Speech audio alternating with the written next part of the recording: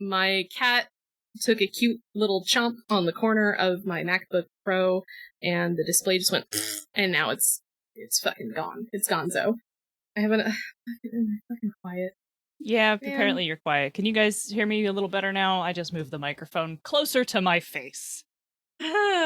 Still quiet, huh? I wish I had something to tell you. I'm using 4 different adapters right now to get this to work, so I might just be a little quiet. I'm sorry. I'm gonna put the mic right in my mouth. Put it directly in your mouth.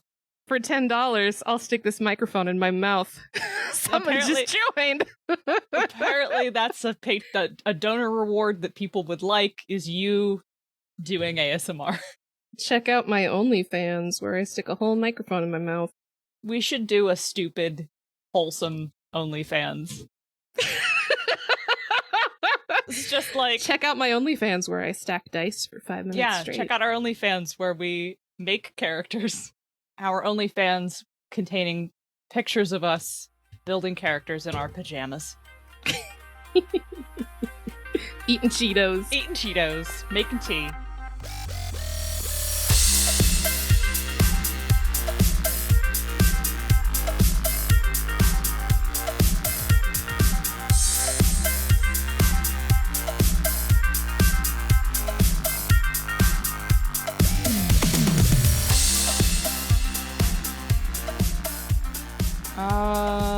Welcome to Bonus Experience.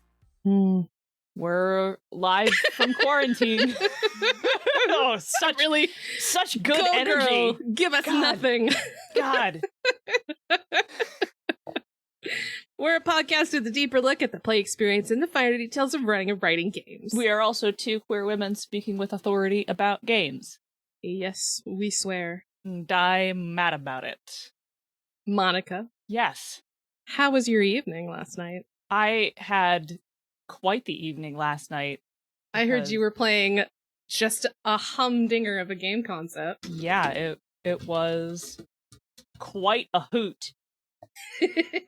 For the people in the audience and the people listening to the show who are unaware of what happened last night, the week that we are doing this hangout, Onyx Path is doing a series of charity streams to support a whole bunch of different charities.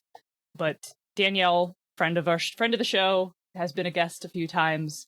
Onyx Path developer and friend of ours, ran the game she'd been threatening to run. Which was, she runs the game with a cohesive plot.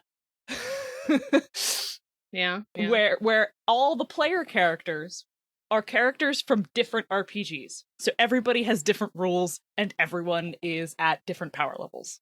It's buck wild, y'all. Yeah. I'm kind of upset that I didn't get to join in. but see previously, RE, my computer exploded. Yeah. Sorry about that. Well, these things happen. I mean, also, so it was very interesting to play in that game because we had a whole bunch of different characters. I decided I was going to pull down my folder in my closet that's just full of old character sheets. Oh, yeah, okay. And dig out some old faves. Okay, who'd you dig out? So part of because we're doing this for charity, so one of the rewards was for every $20 people earned, or rather donated ahead of time, I would add another character to the rotation up to 4. Okay. And then during the stream, every time someone donated $50, I would switch them. So... Okay. So I wanted to also make sure that this was as chaotic as possible, so none of them are from the same game. Good. Excellent. So of course I pulled the final version of Saris out of my folder. Like the this was where she was when that game ended, and I immortalized it in pen on a character sheet printed on cardstock. No, okay. Really, I did that. Yeah. So I was like, yeah, sure, the game needs a 400 XP Essence 5 Exalt, sure. This can only improve things. It's only going to improve things. Yeah, I was just like, I'm just gonna make this as hard for you as possible by playing a character who's just nonsense. So then I also busted out my Iron Heroes character, which is a character that I have not played for 15 years, and I only got to play like twice.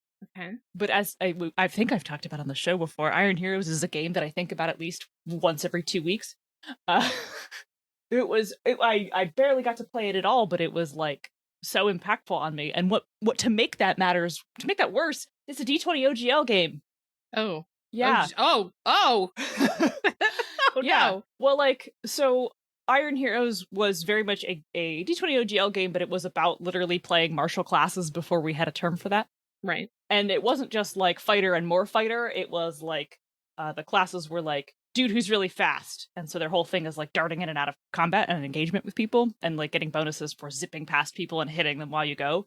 And then like I think there was like a ranged weapons guy. There was a switching weapons guy. There was a heavy armor guy. There was basically like a barbarian who like flew into a rager type character. Yeah, all right. Very interesting, very different classes. And none of them are magic users, and there's no magic weapons. So everyone's stats are good. Like, none of this, like, you have to start with an 8. Okay. So, like, everyone just, like, from level 2, everyone just has, because my character was level 2. All your stats are good, and it's literally just about being good at fighting. That's the game, and it takes place, like, it doesn't really, there's, like, a paragraph of setting, which is sort of, like, semi-ancient world. Okay. Yeah. All right, I'm really into this. Yeah, it was really cool. And also written by Monty Cook, I'm pretty sure. Yeah, okay. I'm a fan. Well, yeah, it was Monty Cook. It has, of course, it's a D20 OGL product, so it's still, that, but the idea, rad as hell. So I got to bust that character out. So that was fun. Oh, H has just informed me worse. It's mostly actually by Mike Merles. Monty Cook just published. Okay, well. Oh, well. Never mind. Well, it's still a good game, but maybe buy it secondhand, which I think is the only way you can buy it now anyway. Oh, okay, yeah. There you go. It's from 2005, and I think it's out of print. So, whatever. Don't give Mike Merles your money, but give a small bookstore your money. Yeah. Anyway, so yeah, I played that character. I had the shit wizard lined up. Good. Excellent. Proud of you. And then I had a Through the Breach character as like my last character, just because I was like, fuck it, make me use a card deck. Fucking do it. And we weren't really watching the like stream. We actually got enough donations that I would have had to switch through all 4 of them.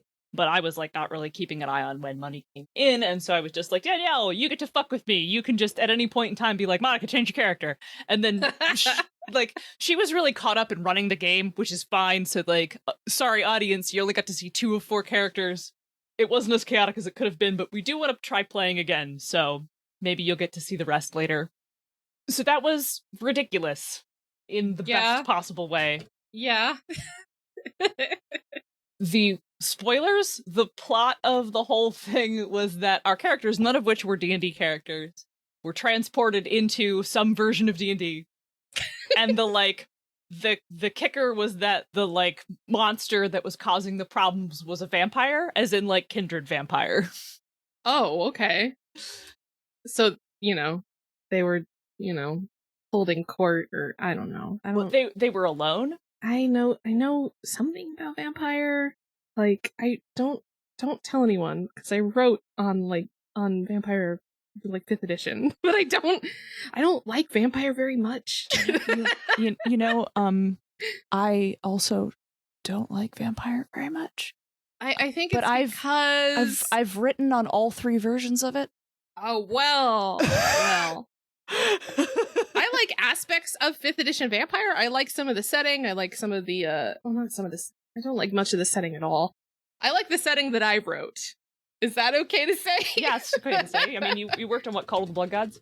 Yes, I did. It's still not out yet, though, is it? Is it? I don't know. I don't know who has access to what. I wrote. I know it's announced, and didn't it go to Kickstarter? Yeah. Yes. Okay. Yes, it did. Okay. I wrote the new version of the Set clan. Cool. Which I was actually like really excited about, because as little as I know about vampire, like the Setites are the only thing I really know about. So I was like, yeah, all right. So my only regret is that I had switched off of my Exalt character because part of the vampire was sort of like, yeah, I think maybe if I get killed here, I will respawn basically back in my time period. Oh, okay. But like these D&D peasants can't hurt me. Okay. So like they keep coming to try to kill me, and like the beast demands that I defend myself, so I just keep fucking them up.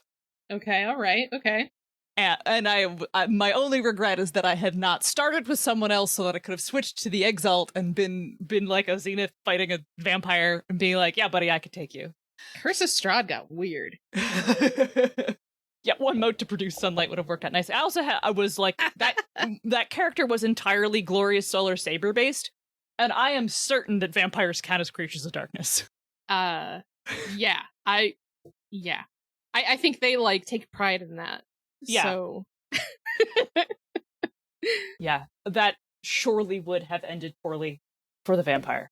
Who were you rolling with by the time you encountered the vampire? I was playing my my Iron Heroes character, who probably maybe also could have taken the vampire later, but was a level 2 character. Like, Iron Heroes characters are pretty badass, but was still only level 2. Can we talk for just a second about how we have a patron who, like, according to Discord, is currently playing World of Warcraft? I didn't know that was a thing people still played. Oh. Is World of Warcraft still a thing? I don't know. Why says it is, and it's awful. Okay. Well, oh my gosh. I heard that there was they brought back World of Warcraft Classic, which is like the 1.0, and I remember I played World of Warcraft starting at like the open beta like 10 years ago. It's longer than that. Yeah, it's been longer than that, hasn't it? It's been like 15 years. So when I heard they were bringing back Classic as you know, as 1.0 or whatever it was, I was like, oh, but that's not gonna be fun. That's the opposite of fun. People think they have like good memories of what World of Warcraft used to be, and so then I heard about how a lot of people were submitting bug reports and shit, and the vast majority of the bug reports could be answered with like, nope, that's working as intended. That's how 1.0 was. I actually have a lot of very fond memories in World of Warcraft. It's where I met my husband. I love that story, honestly. Well, that's all I had planned to talk about. It's been 18 minutes, Monica.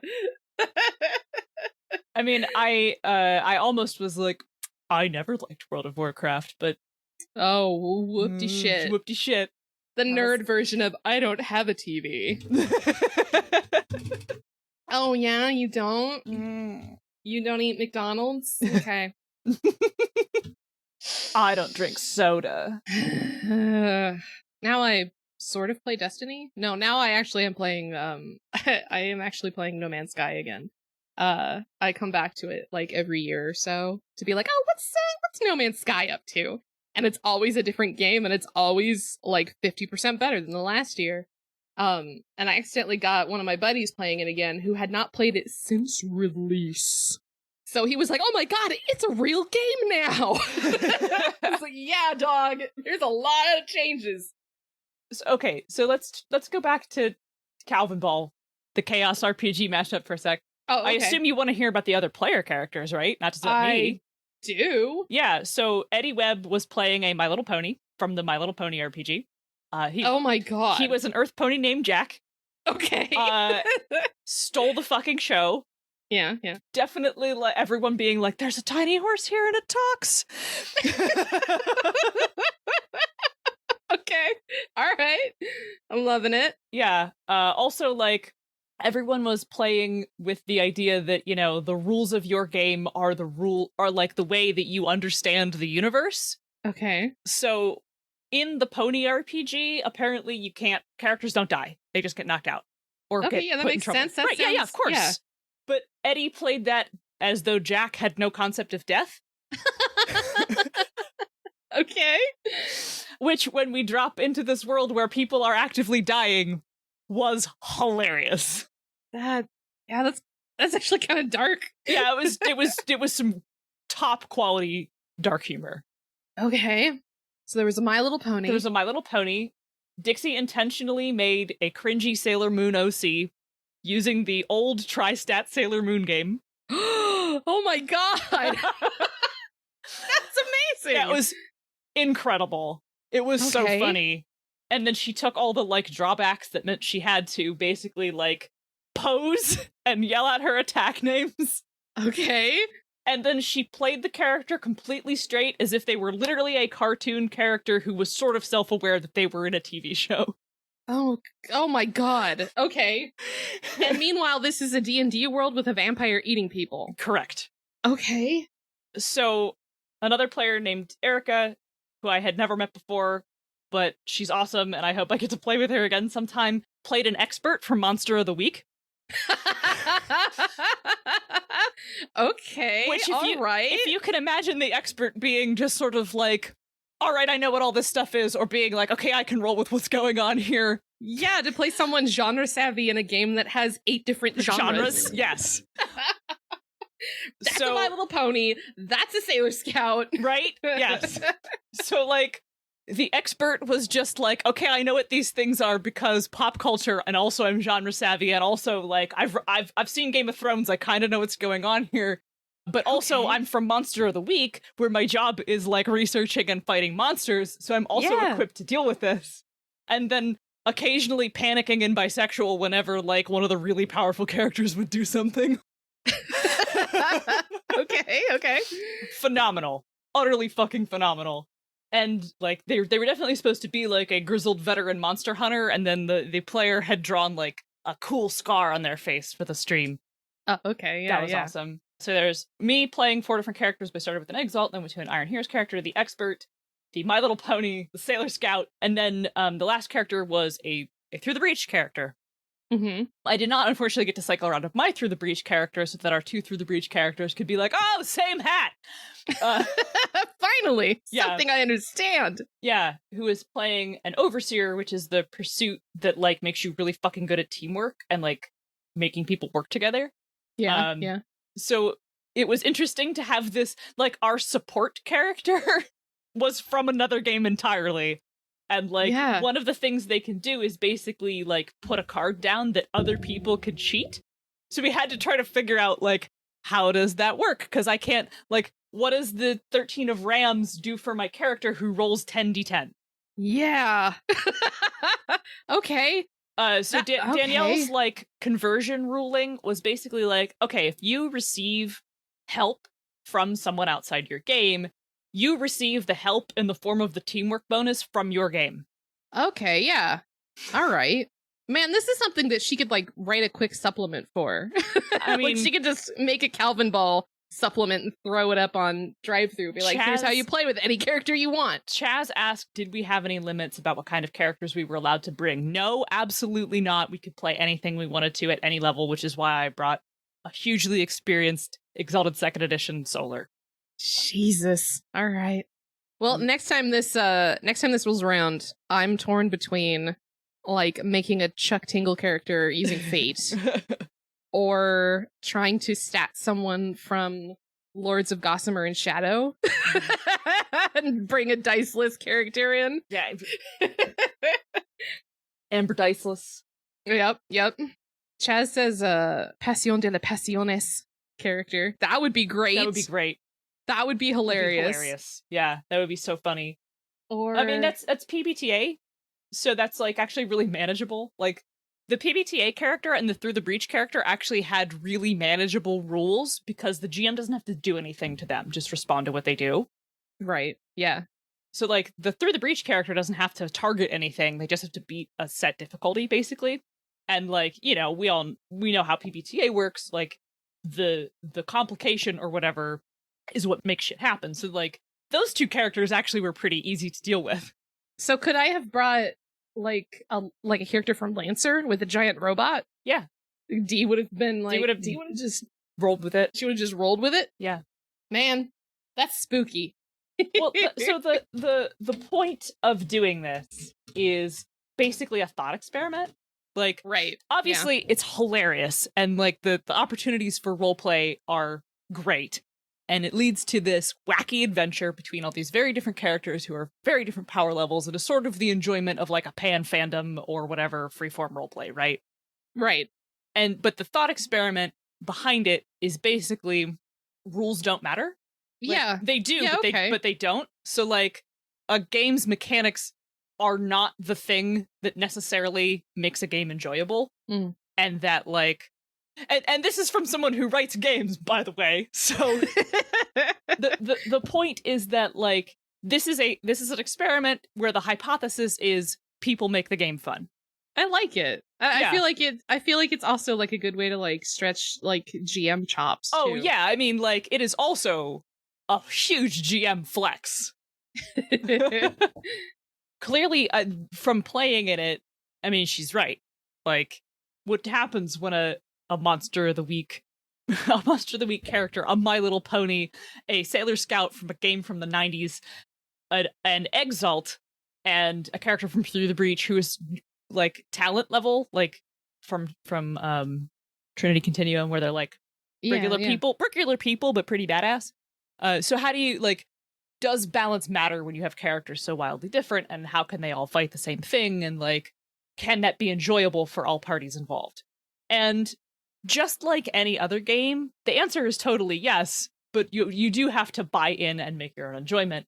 Yeah, it would take a certain group. If you have like our old favorite straw man, the player that just wants to win, then it's not going to be a fun game. But then why would you invite that person to this game? Right. Did we have a character? Anyone have a character from a game where players can edit the world? No, not really. We did have the interesting thing of like the monster of the week character was like, okay, well I get to ask questions on this, but not all of them apply. Hang on. Yeah. Also, I didn't actually get to like roll or do anything with the Exalt before I poofed out of the scene. Oh no. Well, like, were you just there looking cool? You see, what had happened was I just was being the player who sort of takes charge of like the plot moving along. Oh, okay, yeah. Because there were points at which it seemed like people were pretty willing to just stand around and be like, what are you doing? Yeah, I was emanating.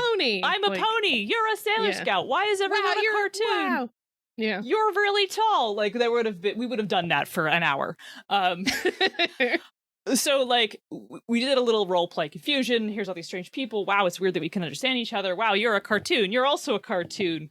You're a weird looking big person wearing a lot of gold. Why are you wearing so much gold? Like, and then to keep things moving, playing a character who's kind of a leader character to begin with was also just like, all right, well, we should go ask these people what's going on. And they were like, well, we don't know if they're safe. And my character, playing a Zenith Solar, just like, okay, well, I'm not afraid of them, so I'm going to go. Like, and like, I'm also playing a character with a high presence and high charisma, so of course I'm going to talk to people. Like, so the first part of the game was just me sort of socially tanking for the party and being like, you there, NPC, tell me what is happening. And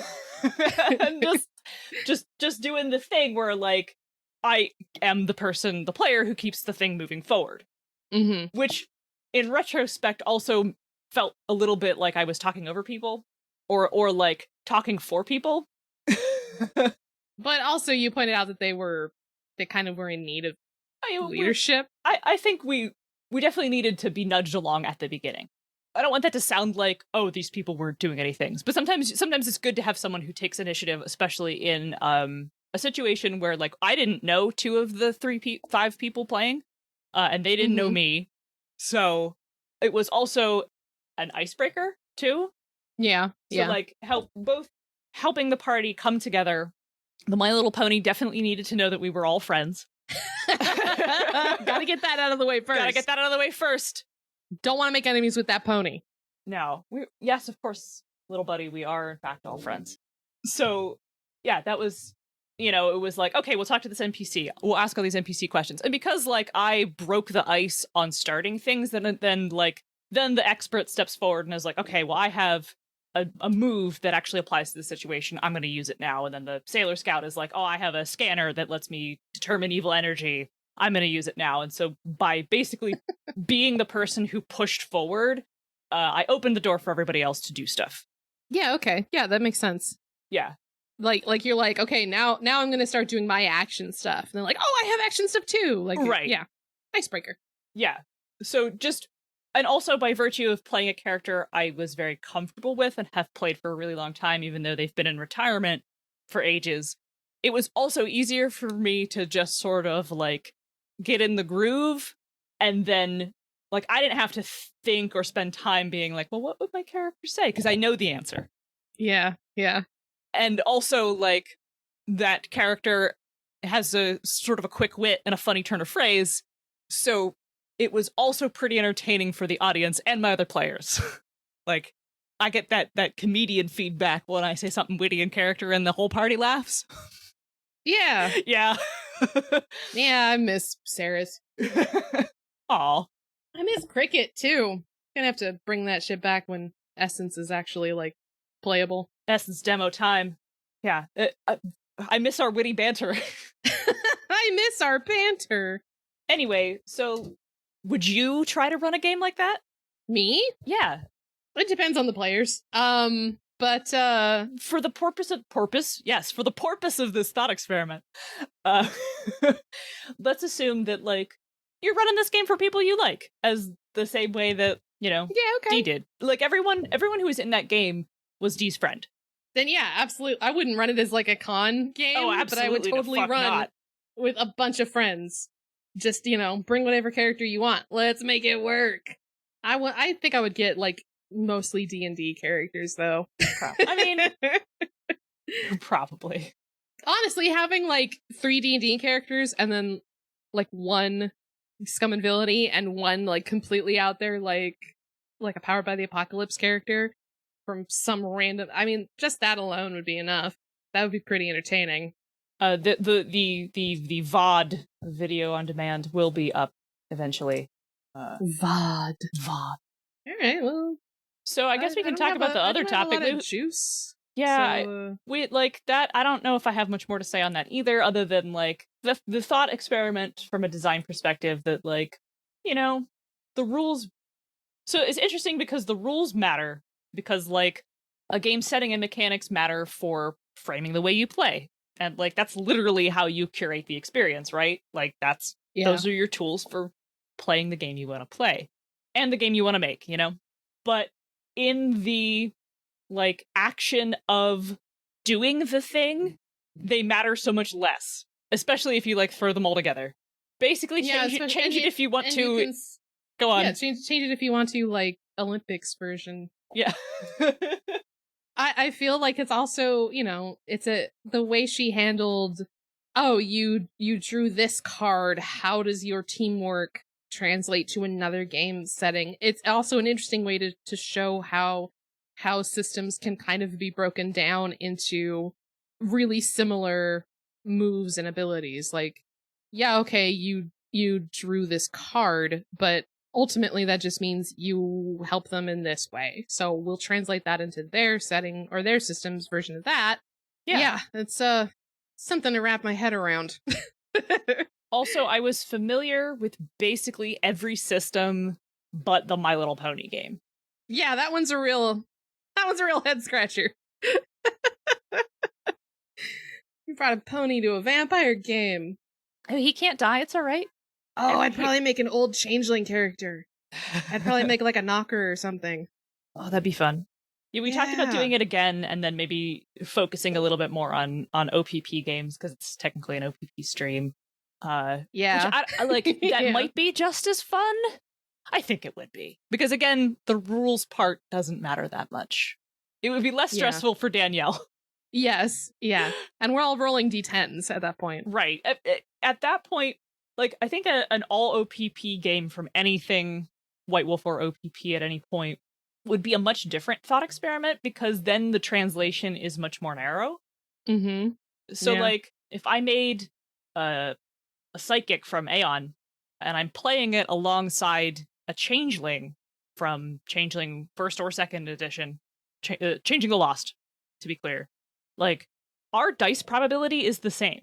Like, it's difficulty 1 for both of us at base, right? Like, and you can pretty clearly and easily give the changeling complications to the same result. Yeah. Yeah. All right. And like enhancement is more or less literally automatic successes, so that translates over pretty nicely. So like if you give enhancement to if my talent has a thing where I give enhancement to someone else, it just zoops into the other system as automatic successes. Zoops. It's zoops. Technical term. Yeah, so that's interesting to me.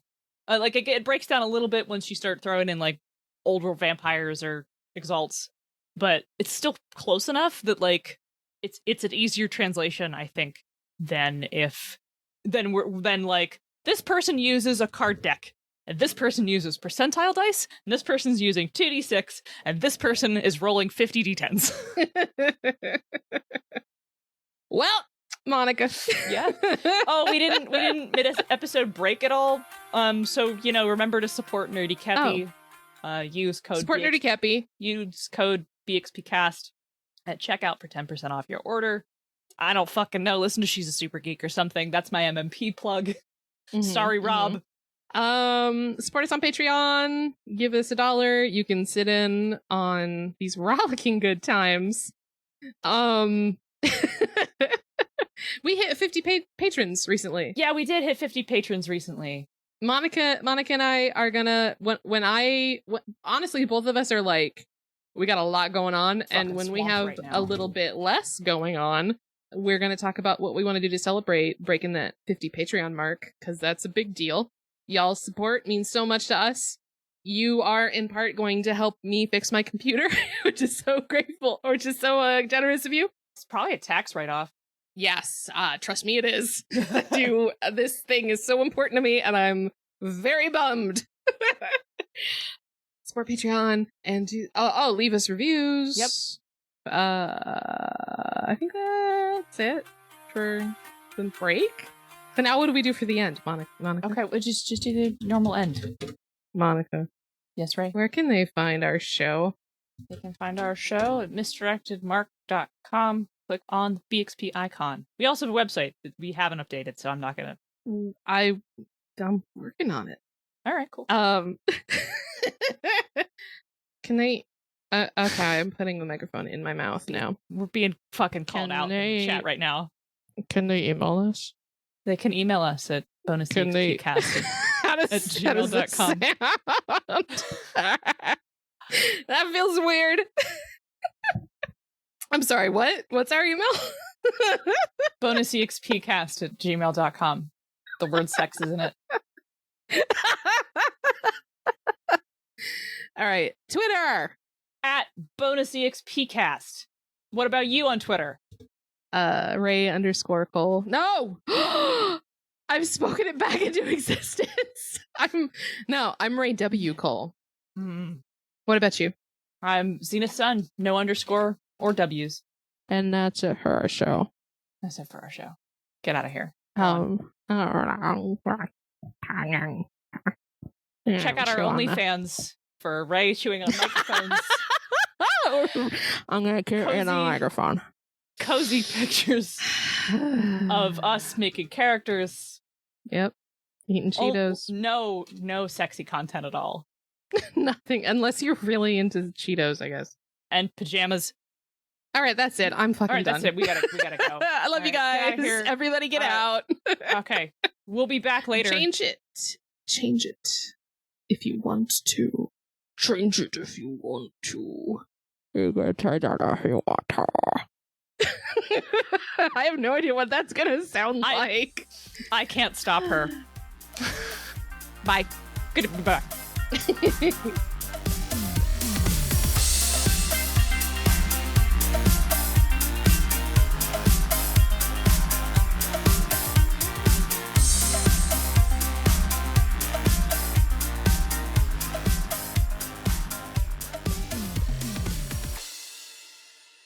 Do I have to do this?